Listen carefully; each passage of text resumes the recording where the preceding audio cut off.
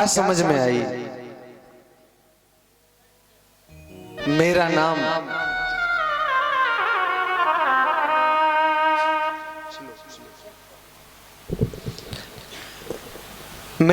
एक तनु है और जब से सृष्टि हुई है तब से मैंने शरीर दूसरा धारण नहीं किया, इसी शरीर में रह रहा हूं।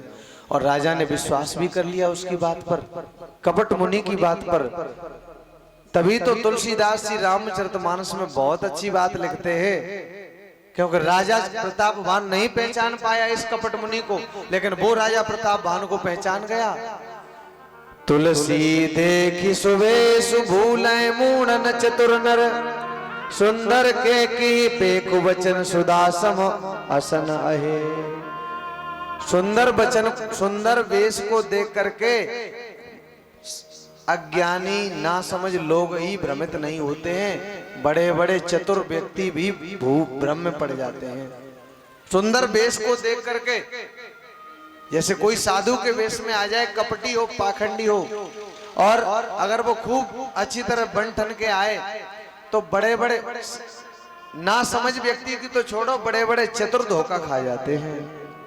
तुलसीदास जी कह रहे हैं, मोर की बोली कितनी सुंदर होती है, लेकिन इसका भक्षण क्या होता है, आहार क्या होता है, सर्प। मोर की बोली कितनी सुंदर है, लेकिन सर्प को खाता है, सर्प को। तो कहा, तुलसीदास जी कहते हैं, वेश को देख करके कभी भूलना नहीं, वेश को देख करके कभी भ्रमित मत हो जाना, क्योंकि संत के वेश में पाखंडी भी हो सकता है। राजा प्रतापवान इतना चतुर होकर के, विवेकवान होकर के विश्वास कर गया उस कपट मुनि का। कपट मुनि का उसने विश्वास कर लिया।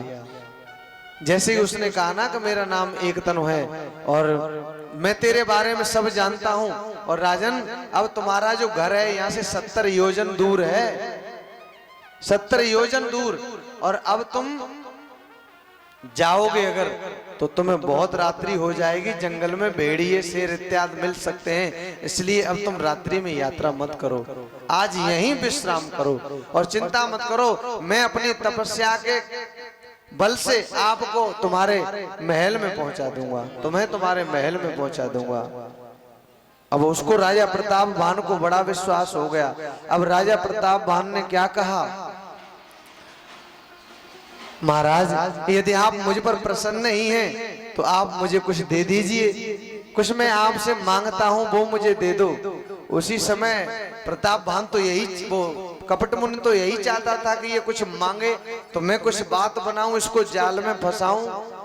तो उसी समय राजा ने मांगा, प्रभु मैं आपसे एक चीज मांगना चाहता हूं, क्योंकि आप बड़े तपस्वी हैं और आपके चरणों में मेरी श्रद्धा जो है वो अटूट है। तो प्रतापवान ने कहा, जरा मरण दुख रहित तनु समर जिते जन को, एक छत्र रिपुहीन महे राज कल्प सत हो। अगर आप देना चाहते हैं तो मैं आपसे एक चीज मांगता हूं कि 100 कल्प तक मैं राज्य करूं, मैं कल्पों कल्पों तक राज्य करूं, मुझे बुढ़ापा ना आए, मैं जवान नहीं रहूं, और जितने भी प्रजावासी है वो सब मेरे अधीन हो जाएं, देवता ब्राह्मण सभी मेरे बस में हो जाएं। उसी समय उस कपट मुनि ने कहा, ओहो विचार तो तुम्हारा बहुत अच्छा है, देखो सभी तुम्हारे अधीन हो सकते हैं, लेकिन ब्राह्मणों को अगर अधीन किया जा सकता है तो ब्राह्मणों को अधीन करने के लिए एक ही उपाय है, क्या कि तुम उनकी सेवा करो, क्योंकि ब्राह्मण और किसी दूसरे उपाय से बस में नहीं होता है, ब्राह्मण तो अपनी सेवा से प्रसन्न हो जाता है।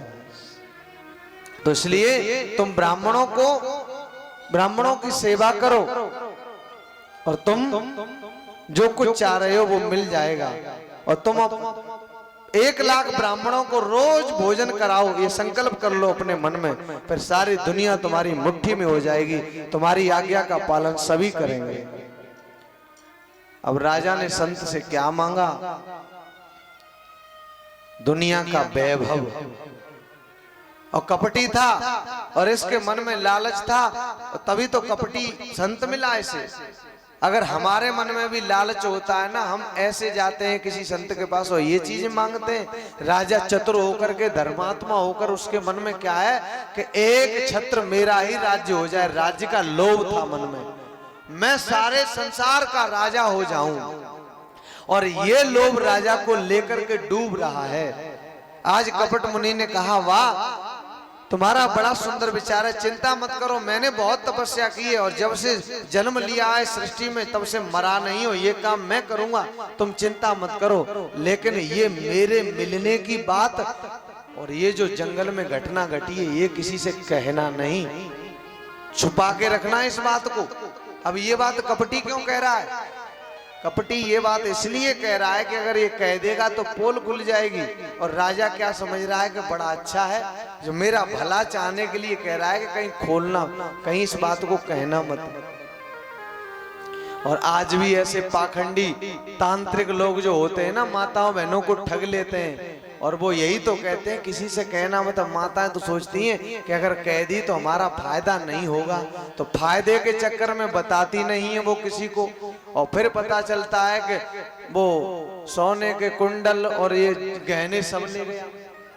एक माता जी थी बड़ी बूढ़ी, और उनके पास आया कि माता जी, और ऐसे कागज ऊपर से 2 500 के नोट लगा लिए और अंदर से वैसे ही कागज थे, और बंद कर लिया एक कपड़े में, धीरे से दिखाया, माता जी ये 10 लाख रुपए हैं देखो, और आप ऐसा करो, मुझे मैं कहीं से चुरा के लाया हूं, अब ये रुपए कोई पुलिस पकड़ लेगी मुझे तो रुपए चले जाएंगे, इसलिए एक काम करो, आपके पास ये जो गहने हैं ना, ये गहने दे दो, ये रुपए आप रख लो, मैं बच जाऊंगा, और आप तो स्त्री हैं, आप पर कोई शक नहीं करेगा।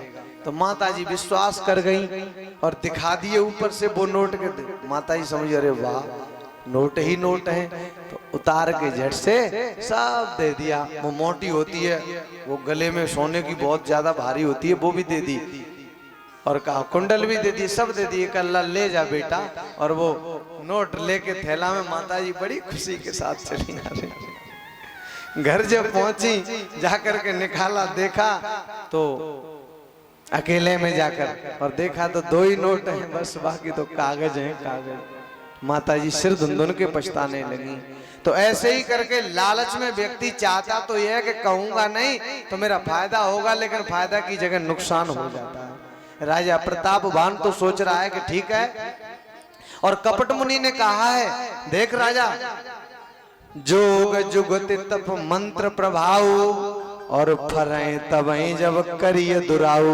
योग युक्ति तप का प्रभाव, मंत्र का प्रभाव तभी फलता फूलता है जब दुराव करो, यानी इसे छुपाओ छुपाओ, तपस्या करो, भजन करो, कोई योग करो, युक्ति लगाओ, कोई षड्यंत्र रचो, तो इनसे छुपाव करो, तब फलीभूत होता है, वैसे नहीं। तो इसलिए तुम किसी से कहना नहीं। कहा ठीक है। अब राजा, अगर राजा कोई तत्व की बात कर लेता, तत्व की बात, तो राजा ठगा नहीं जाता, लेकिन राजा ने क्या बात की? लालच की बात की, राजा ने स्वार्थ की बात की, इसीलिए तो राजा ठगा गया। समझ गए ना? तुलसीदास जी कहते हैं, जो लोग, कबीरदास जी भी कहते हैं, जो लोग सब कुछ भुला करके, यानी इस संत के पास जाकर के तत्व की बात न करके और अपने फायदे की बात करते हैं, लाभ की बात करते हैं, स्वार्थ की बात करते हैं, तो ऐसे व्यक्तियों को कोई क्या दे सकता है? ऐसे व्यक्तियों को अगर अच्छा संत मिल भी जाएगा फिर भी कुछ नहीं मिलेगा। और ऐसा व्यक्ति किसी पाखंडी के पास जाकर के ठग जाता है। तो बड़ा सुंदर लिखा है कबीरदास जी ने, कह गए संत कबीर, ये दुनिया जो है ना आज संतों के पास जाती है और क्या मांगती है? कोई बेटा मांगता है, कोई बेटी मांगता है, कोई धन मांगता है, कोई दौलत मांगता है, लेकिन भगवान को पाने की कोई बात नहीं करता है। तभी तो तुलसीदास जी ने कबीरदास जी ने बड़ा सुंदर लिखा है, कह गए संत कबीर, इन अंधों को क्या दीजे जी। कह गए संत कबीर, इन अंधों को क्या दीजिए जी। दुनिया देखो मस्त दीवानी, दुनिया देखो मस्त दीवानी, भक्ति भाव नहीं बूझे जी। कह गए संत कबीर इन अंधों को क्या दीजिए। कह गए संत कबीर इन अंधों को क्या दीजिए।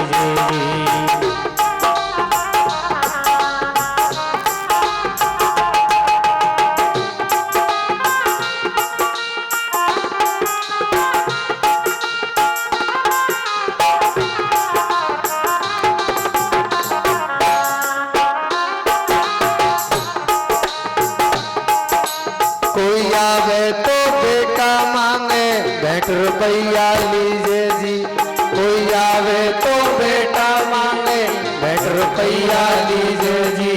कह गए संत कबीर इन अंधों को क्या दीजिए जी। कह गए संत कबीर इन अंधों को क्या दीजिए जी।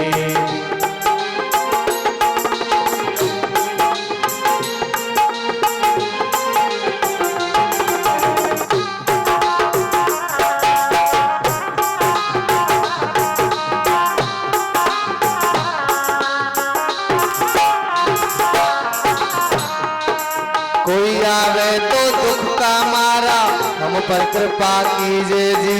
कोई आवे तो दुख का मारा हम पर कृपा कीजिए जी। कोई आवे तो दौलत मांगे,